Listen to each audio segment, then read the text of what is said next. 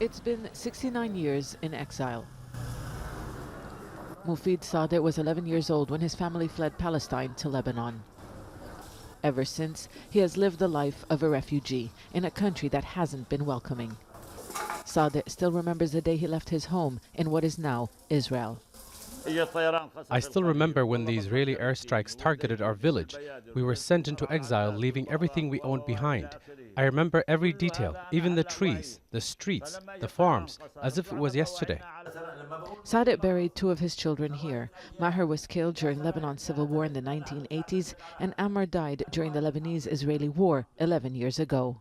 Palestinians were not only involved and caught up in Lebanon's own conflicts, they have been denied many basic rights to prevent their resettlement here long term.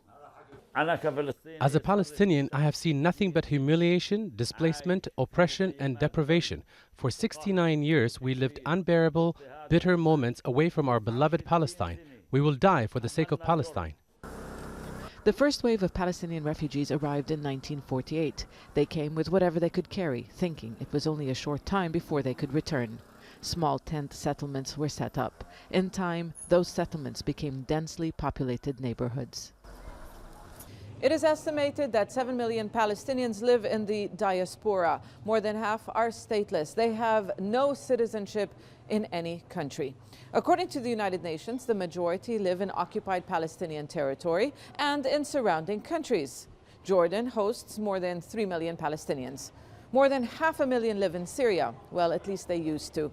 Because of the war, more than 100,000 fled to Europe and elsewhere. Around 50,000 of them sought refuge here in Lebanon. It was an added strain to aid agencies that were already overstretched. Some 450,000 Palestinians are registered with the UN in Lebanon, but according to the first ever census by the Lebanese government, more than half of them have left the country in recent years. More than 50% left due to the difficult economic conditions. They are deprived from the basic rights. They don't have job opportunities. Mohammed Lubani says he is searching for a way out. He tried but failed to smuggle his family to Turkey from where he planned to reach Europe.